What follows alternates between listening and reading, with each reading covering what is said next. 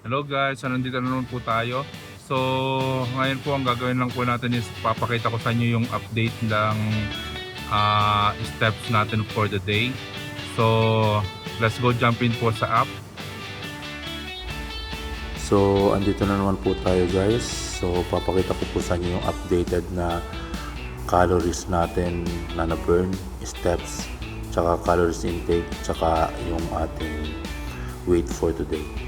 So, ito po yung calories burn natin. Kung makikita nyo po yung upper na circle, nakasulat po dyan is 3,053 calories. So, yan po ang na-burn natin ngayon for the whole day. Kasama na po dyan yung calories na na-burn natin through activities, tsaka calories na na-burn natin through BMR. Tapos, dito po sa dito sa left side niya, yung bilog na may sapatos, makikita nyo po dyan is 5,643 steps. So yan po yung steps na ginawa natin for the whole day. So hindi pa natin na-reach yung 10,000 steps.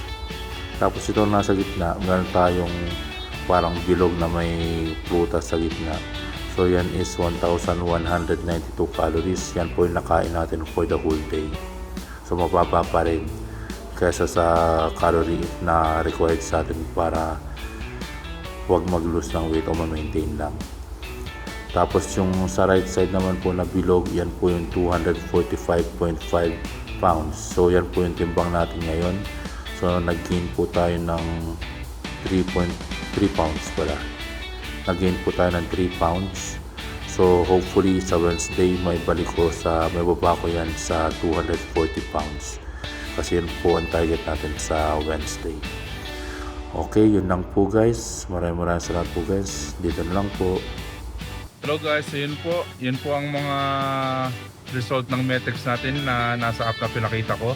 At nag-gain man tayo ng weight, pero I will try to make sure na sa Wednesday is magiging 240 pounds tayo o ma-reach natin yung goal natin sa Wednesday.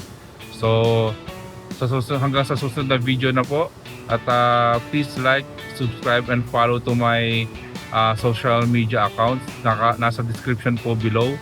Please follow and subscribe. Hanggang sa susunod na video po, paalam.